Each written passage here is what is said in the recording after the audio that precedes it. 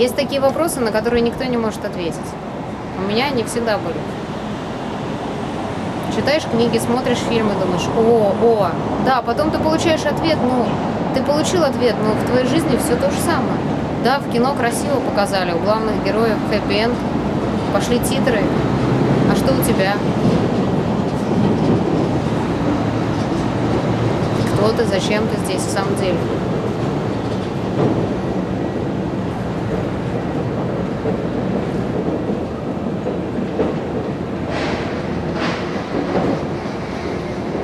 Очень хорошо к практике подталкивают вопросы жизни и смерти.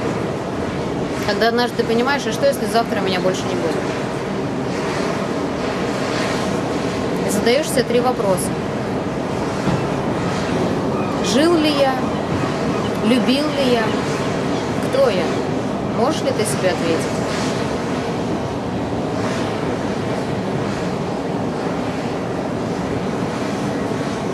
Если понимаешь, что у тебя нет ответа, значит, хотя бы на первый вопрос, значит, ты и не жил. Мне кажется, про пробуждение очень много разных концепций. И что бы я вам сейчас не сказала, это будет очередная концепция. Да, я согласна с тем, что есть легкость, что есть,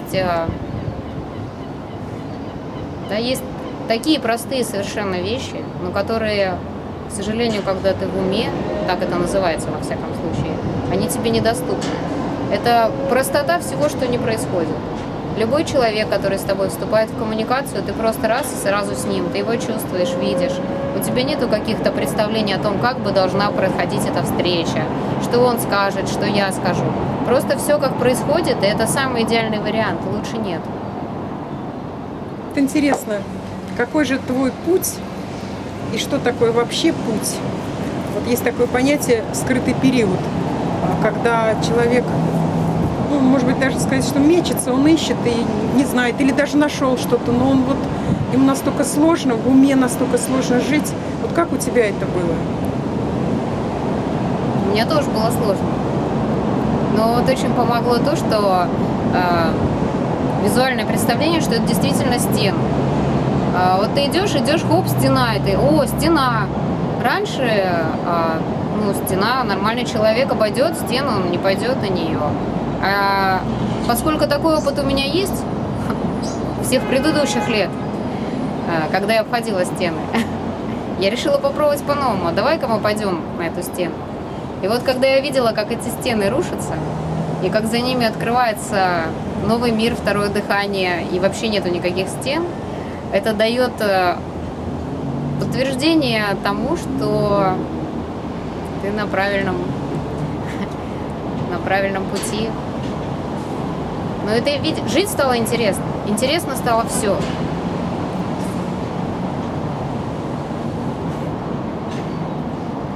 Как-то так.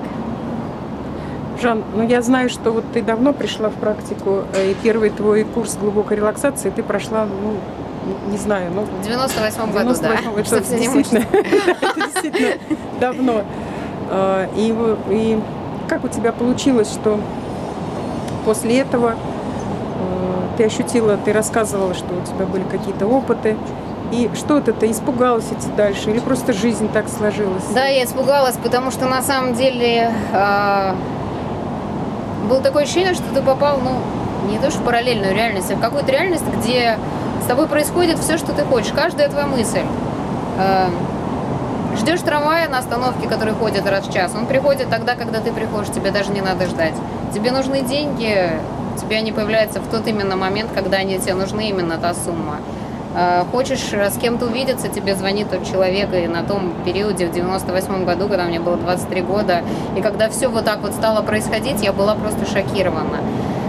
И самое, что я запомнила и всю жизнь знала, что выход есть для меня, по крайней мере, это когда вот я пришла тогда на этот курс, 5 лет непрерывной работы там, да, я жила, например, за Ригой какой-то период времени, я вставала на работу в 4:30, я приезжала в Ригу в 7:30, я все время работала, сколько себя помню, с 18 лет. И вот, попав на курс,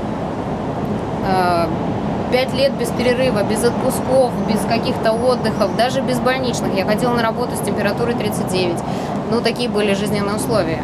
И попав на курс, опять же, я еще продолжаю работать, вечером приезжаю на занятия, ночью занимаюсь, делаю домашние задания, все. И через 8 дней вдруг вот ты ощущаешь такую легкость, как будто ты отдохнул за всю свою жизнь. При этом ты не был на Канарских островах, вот ты не отдыхал, как в понимании отдыхать, там, не знаю, лежишь на шезлонге или вообще где-либо лежишь. Ты все время, на самом деле, был занят, работал, очень мало спала, там, по 3 часа, по 2. Но тот эффект, который произошел, ты как бы вот оказываешься в жизни, и даже те события, которые происходят, они уже не пугающие. И я всегда знала, что есть выход. И всегда знала, что я вернусь в практику рано или поздно. Мы боимся жизни, мы боимся встретиться с другим человеком, с какой-то ситуацией. Все время боимся. Сейчас у тебя такого страха нет? Нет. Боимся, кто что подумает, кто что скажет. Боимся своих реакций, реакций других людей на нас. Все время как на войне, на самом деле. Она невидимая война, да, мы все выглядим одинаково. Я не изменилась там, внешне я выгляжу так же, но это действительно войны внутри нет больше. Вот спрашиваешь ты меня это, спрашиваешь. Раньше бы меня могло это все раздражать вообще. Подумала бы, вообще какая-то ерунда, что я тут делаю на крыше в таком виде. Вообще, что вы подумаете про меня. Сейчас мне все равно, что вы подумаете. Каждый все равно подумает. Каждый увидит просто себя в зеркале. Вот и все. Люблю, я есть.